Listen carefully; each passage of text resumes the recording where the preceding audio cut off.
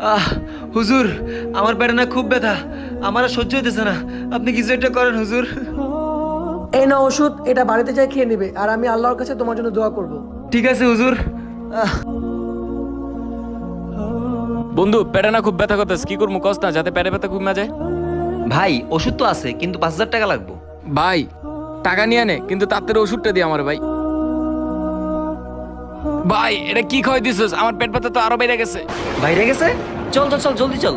হুজুর, আপনি আমার যে ওষুধ দিছিলেন না, ওইটা আমি ওর কাছে 5,000 টাকা বিক্রি করে দিছি, কিন্তু ওই ওষুধ খেয়ে তো আমি সুস্থ হয়ে গেছি। ওর ব্যথা আরো বাইরে গেছে, এখন কি করবো হুজুর? কি তুমি 5,000 টাকা বিক্রি করে দিছো ওর কাছে? আমি তো ওষুধটা দিছি তোমাকে তোমার সুস্থতার জন্য, আর তুমি কি করছো, লোভে পড়ে 5,000 টাকা বিক্রি করে দিছো।